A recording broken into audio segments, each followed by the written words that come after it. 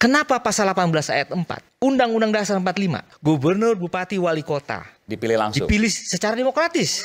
Oke. Tidak ada dipilih secara langsung kecuali presiden. Yes. Harus dipahami betul maksud asli dari pasal 18 ayat 4 Undang-Undang Dasar atau original intentnya. Pasal 18 ayat 4 itu menggunakan frasa dipilih gubernur, bupati, wali kota secara demokratis. Kenapa tidak secara langsung? Karena ada pertimbangan sejarah, konflik masa lalu, kekhususan daerah.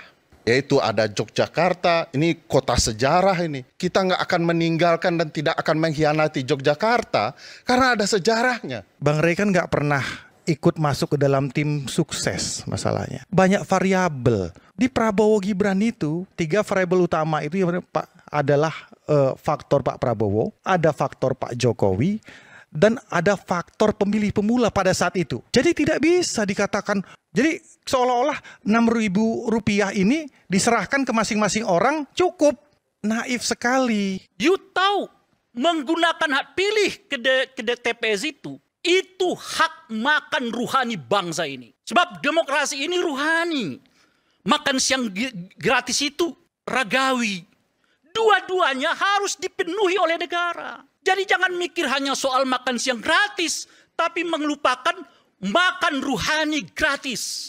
Apa makan ruhani gratis itu? Hak warga negara untuk menentukan siapa pemimpin mereka di Republik ini.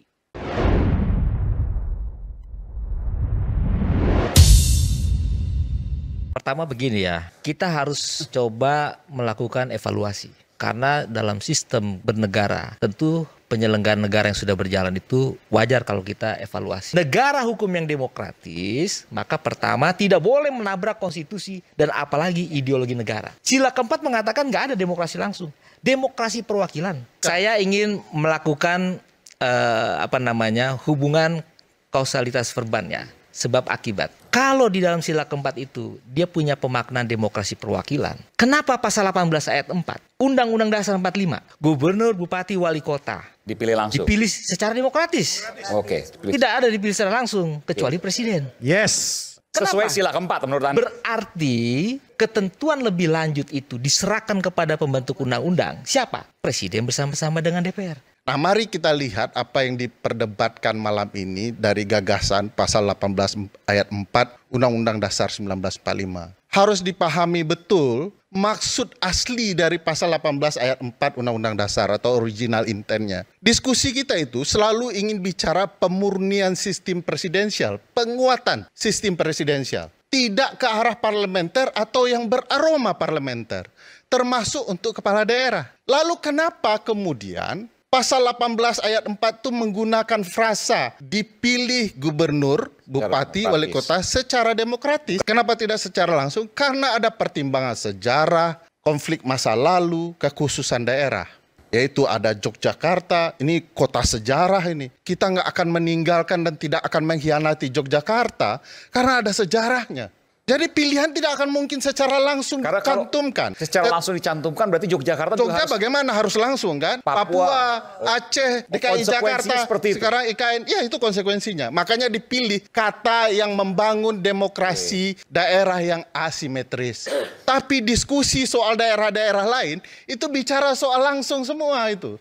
Karena mau diseimbangkan dengan konsep presidensial yang di pusat hingga daerah. Karena tidak mungkin berbeda. Kalau enggak dia harus dibuat undang-undang kekhususannya. Jadi tidak mau digeneralisir semuanya dengan menggunakan kata langsung karena ada aspek sejarah, masa lalu dan lain-lain gitu ya.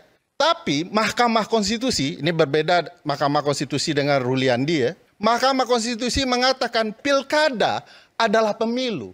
Apa konsekuensinya? Digunakan azas pemilu. Berlaku pasal 22E Undang-Undang Dasar 1945. Azasnya langsung, umum, bebas, rahasia, jujur, adil, dilakukan 5 tahun sekali. Kenapa Pak Jokowi nggak bisa 3 periode ini juga alasannya. Azas pemilu. Langsung. Karena pemilu kada di luar kekhususan tadi harus dilangsungkan secara langsung menurut Mahkamah Konstitusi. Jadi menurut saya kita harus paham sejarahnya, normanya, ketentuan pasal-pasalnya, kenapa kemudian dipilih. Argumen yang agak seriusnya, saya nggak menemukan realitas apa yang mereka sebutkan ini. Pertama, biaya mahal. Di mana mahalnya? Kalau kita merujuk ke biaya peserta dulu. Yang sudah bisa kita pastikan adalah berapa sih biaya orang di dalam pelaksanaan pilkada ini adalah apa yang mereka laporkan ke KPU kan. Itu yang kita bisa pastikan. Pak Prabowo, Pilpres 2024 yang lalu, laporan keuangannya ke KPU itu berapa? 207 miliar habisnya. 207 miliar kalau kita bagi dengan 33 provinsi, berapa yang keluar kira-kira Bung Effendi? Kan kurang lebih cuma 10 M kan, per satu provinsi. Itu kira-kira. Jadi untuk menjadi presiden di Republik ini, dari 204 juta pemilih, hanya 200 M dikeluarkan oleh Pak Prabowo. Di mana mahalnya? Untuk 5 tahun. Jangan bilang ada biaya itu, berarti Anda nggak jujur. Kenapa nggak dilaporkan ke KPU? Kalau nggak tidak jujur, keluhan orang yang nggak jujur kita abaikan. Tapi ada biaya ini, mahar macam-macam, ya saya nggak tahu. Saya hanya merujuk ke data KPU. Bahwa mereka mengeluarkan dari itu artinya mereka nggak jujur. Karena semestinya semua pengeluaran mereka terkait dengan penyelenggaraan pemilu, kampanye macam-macam, harus dilaporkan ke KPU. Jadi kalau mereka mengeluh biaya besar, sementara di KPU kecil, Anda nggak jujur. Bagaimana kita bisa menerima keluhan orang yang tidak jujur? Kan dia baikan itu. Nggak valid itu namanya. Nggak bisa kita menerima, nggak bisa Republik ini dibuat kebijakan berdasarkan cerita orang yang berbohong gitu loh Pak. You mau? Berapa yang dikeluarkan untuk Pilkada 2024 ini Bung Effendi Ghazali? Laporan yang kita terima itu sekitar 38 triliun. Oke, KPU itu. Kita buat aja 40 triliun Bung. 48 triliun dibagi 204 juta pemilih. Coba kalkulasi. 40, saya udah naikkan ya. Karena laporan itu 38. Kita naikkan aja menjadi 40 triliun. Berapa itu? Sekitar 300.000 sekian per pemilih Bung. 300.000 rupiah. 300.000 rupiah per pemilih.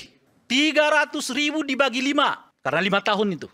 Berapa kira-kira? 60.000. 60.000 Bung per tahun lo kasih ke rakyat. Lo bilang itu mahal. 60.000 bagi 12. Per bulan berapa dikasih negara Q? 5.000. Hah? 5.000. 5.000. Ya, Bang Rey kan nggak pernah ikut masuk ke dalam tim sukses masalahnya. Banyak variabel untuk memenangkan suatu pilpres contohnya. Seperti itu ya. Kalau contohnya di Prabowo Gibran itu, 3 variabel utama itu yang adalah faktor Pak Prabowo, ada faktor Pak Jokowi, dan ada faktor pemilih pemula pada saat itu. Ini hasil litbang dari Kompas dan beberapa media yang lain. Jadi tidak bisa dikatakan, jadi seolah-olah 6.000 rupiah ini diserahkan ke masing-masing orang cukup. Naif sekali. You tahu, menggunakan hak pilih ke TPS itu hak makan ruhani bangsa ini. Sebab demokrasi ini ruhani. Makan siang gratis itu ragawi. Dua-duanya harus dipenuhi oleh negara. Jadi jangan mikir hanya soal makan siang gratis, tapi melupakan makan ruhani gratis. Apa makan ruhani gratis itu? Hak warga negara untuk menentukan siapa pemimpin mereka di Republik ini. Berapa biayanya? Cuma 6.000 sebulan. Makan siang gratis 10.000 sehari. You mau bilang di mana mahalnya? Bukan mahal. Yang ada apa? You pelit bagi rakyatmu. Rakyat hanya minta 6.000 per bulan supaya ia bisa datang ke TPS menggunakan pilih. Itu Pak Anda mengeluh. Ada yang mengkorupsi uang negara 270 triliun. Mana pernyataanmu? Mana kemarahanmu? Mana pidatomu? Yang ada bahkan kau mengatakan koruptor-koruptor itu kita maafkan kalau uang mereka dikembalikan. 270 triliun kalau kita bagi dengan 40 triliun Bung, itu artinya 4 kali pilkada kita bisa buat. Alias 20 tahun. Ada yang mengeluh nggak? Nggak ada. Ada pidato nggak? Nggak ada. Ada ketua partai nggak yang maki-maki? Nggak ada. Tiba-tiba sekarang diputuskan hukumannya di bawah tuntutan jaksa. Ada nggak pidato presiden yang mengatakan saya geram kok tiba-tiba orang sudah mengambil uang negara 270 triliun tapi masih dihukum dengan hukuman di bawah tuntutan jaksa? Nggak ada pidatonya. Assalamualaikum warahmatullahi wabarakatuh. Berjumpa lagi bersama saya di Mas TV Channel. Barusan tadi kita saksikan ya sebuah perdebatan yang sangat seru dan sangat panas, di mana dua jubir Prabowo yaitu Bung Hendarsam dan juga Bung Ruli itu berhasil dipermalukan dan juga dibungkam oleh Ray Rangkuti dan juga Ferry Amsari ya. Dalam debat soal pilkada langsung dan tidak langsung tersebut, Bung Hendarsam beranggapan bahwa ya salah satu penyebab Pak Prabowo mengajukan pilkada akan dipilih oleh DPR itu ya karena biayanya terlalu mahal. Tetapi hal tersebut langsung dibantah oleh Ray Rangkuti ya. Ray Rangkuti mengatakan bahwa ya kalau mahal tuh dilihat dari mananya. Contohnya saja seperti Pak Prabowo kemarin di Pilpres. Contohnya saja seperti di Pilpres kemarin ya. Pak Prabowo itu menghabiskan dana sekitar 200 miliar lah. Tetapi kalau jika dibagi untuk seluruh provinsi, ya masing-masing hanya sekitar mendapatkan 10 miliar satu daerah itu ya. Dan jika Pak Prabowo mengeluh biayanya mahal, tetapi setelah diselidiki di KPU, daftar-daftar pengeluaran Pilpres kemarin itu ya tidak terlalu besar dibandingkan yang pasangan lainnya. Jadi alasan dipindahnya pilkada tidak langsung dan langsung itu karena biayanya mahal itu ya alasannya kurang tepat lah. Dan di sisi lain, Ray Rangkuti itu menjelaskan secara rinci dan lebar bagaimana cara menghitung biaya pilkada yang ya sekitar kalau di rata-rata itu sekitar 40 miliar dibagi untuk sekitar 204 atau 240 pemilih di seluruh Indonesia, dan juga dibagi lagi menjadi 5 tahun karena kan ya pemilih pilkada itu kan 5 tahun sekali ya. Dan hasil yang diperoleh itu masing-masing setiap orang atau setiap pemilih itu menerima dana saluran dari pemerintah itu sebesar Rp6.000 untuk menjalankan pilkada. Kalau dirinci seperti itu, bagaimana di mana mahalnya? Dan para jubir Prabowo ini ya beralasan bahwa ya ini kan untuk efisiensi agar dana-dana yang digelontorkan untuk pilkada ini terlalu mahal ya, seharusnya bisa diefisiensikan. Jika ingin menerapkan efisiensi ya alangkah lebih baiknya kurangi dulu itu jumlah menteri di kabinet yang sekarang ini ya. Itu kan kabinetnya terlalu gemuk, tidak efisien. Kalau mau ngomong efisiensi ya masih banyak di dalam hal-hal yang lain yang tidak efisien. Kenapa ini hak rakyat, hak demokrasi, hak rakyat untuk memilih pasangannya sendiri malah seolah-olah dirampas gitu. Hanya karena beralasan ya untuk efisiensi. Padahal di dalam sektor lainnya juga terdapat inefisiensi. Ini kan ya seolah-olah alasan yang diada-ada lah ya tentang adanya rencana pemilihan kepala daerah secara tidak langsung atau dipilih melalui DPR dan DPRD. Dan bagaimana pendapat kalian tentang debat yang sangat panas ini? Silakan tulis di kolom komentar. Wassalamualaikum warahmatullahi wabarakatuh.